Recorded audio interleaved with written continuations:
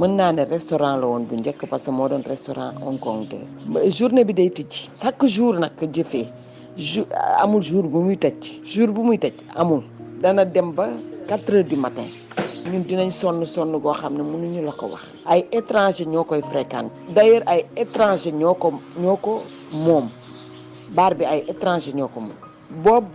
boobaa léegi nag sonn nañ trop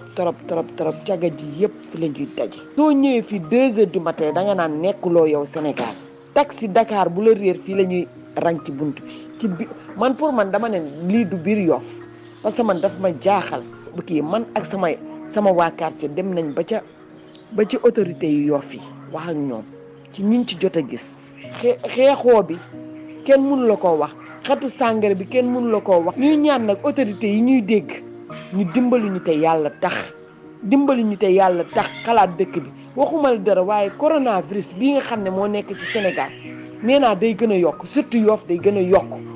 parce que li fi am moom kenn mënu la koo wax ku ko weddi na nga ñëw guddi nga ñëw ba Hong Kong de nga jàkkaarloog moom xool. xale yi wuyu yi xale yi dul woon naan ña ngay naan sàngara dégg nga ay xale yu ndaw ñooy naan sàngara fi mu nekk nii ñun ndaw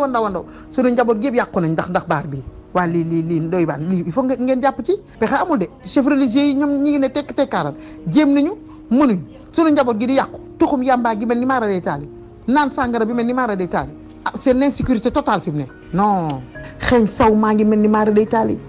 guddi gi caga ji mel ni maara day taali. baar la boo xamante ni ci liñ ci xam dafa ubbi woon benn restaurant def ko restaurant vietnamien di fa jaay wax dëgg yàlla lekk. gannaaw bi nag ñu gis ndaw sa tëj ko am benn waay bu fa ñëw jënd licence bi au lieu mu continuer restauration boobee nga xamante ni moom la ndaw si daan def dafa wëlbatiku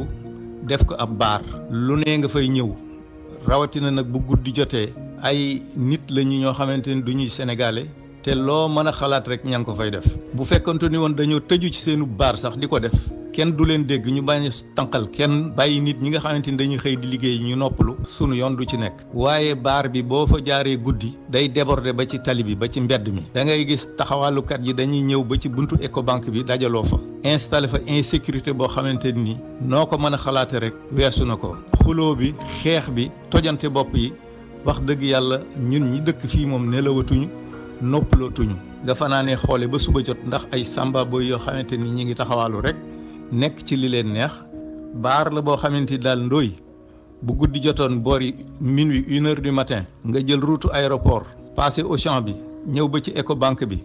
boo xoolee da nga gis mbooloo ma fay maj nañu mel dalay jaaxal sax ci période du coronavirus bi bërki débb dong ci mbedd mi su sew mi ngi ci gannaaw xeex nañ fa xeex boo xamante ni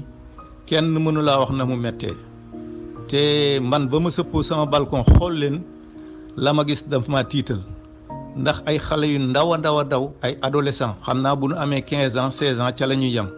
anglais la ñuy làkk itam nag ñoo fa bari lool di xeex xale yu jigéen ñi xaw ma fu nu jógee nag waaye ñooñu daal ñoom ak ñeneen feesal nañu ruq bi ruq feesal boo xamante ni lu baax amu fa te sonal nañu ña fa dëkk wax na fu ne jéem nañ ko faa jooy waaye boobu ba léegi amuñu ci benn saafara ñu wëlbatiku nag ci yéen ndax xam na ni yéen problème bu ngeen jot saafara mën na caa feeñ ñu leen koy tawat di leen ko jooy ndax ngeen mën ñu cee dimbali